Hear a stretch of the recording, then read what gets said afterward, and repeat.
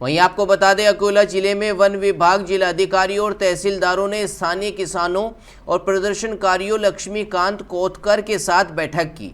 बैठक में किसानों की फसल को नुकसान पहुंचाने वाले जंगली जानवरों और वन्य जीवन प्रबंधन को लेकर चर्चा हुई। आपको बता दें, बैठक में चर्चा हुई कि 1972 के जंगली जानवर संरक्षण अधिनियम के कारण वन्यजीव की संख्या में बढ़ोतरी हुई है। वहीं स्थानीय सरपंचों को किसानों की फसल को नुकसान पहुंचाने वाले जानवरों को नियंत्रित करने का अधिकार दिया गया है।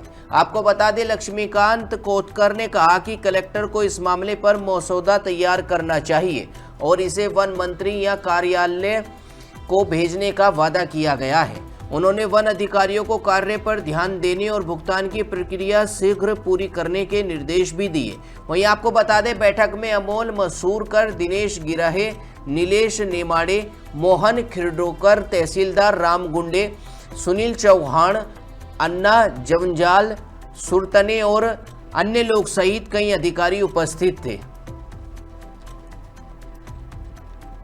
आज जिल्हाधिकारी यांच्या दालनामध्ये जिल्हाधिकारी यांच्या अध्यक्षतेखाली बैठक संपन्न झाली। या बैठकीमध्ये प्रामुख्याने वन्य विभागाचे अधिकारी, तसेच महसूलचे काही अधिकारी आणि जिल्हाधिकारी, तसेच आमचे काही गावातून आलेले सहकारी महिला मंडळ या बैठकीला उपस्थित होते। या बैठकीमध्ये आम्ही जे नेहमीप्रमाणे आंदोलनाच्या माध्यमातून जे लोकांसमोर मुद्दे मांडले की वन्य प्राणी वन्य विभागाची जबाबदारी आहे आणि त्यांना राखीव वन्य क्षेत्र आहे, त्यांच्या भागात त्यांना अटकाव करावा आणि त्याच्यासाठी संरक्षण भिंतीचं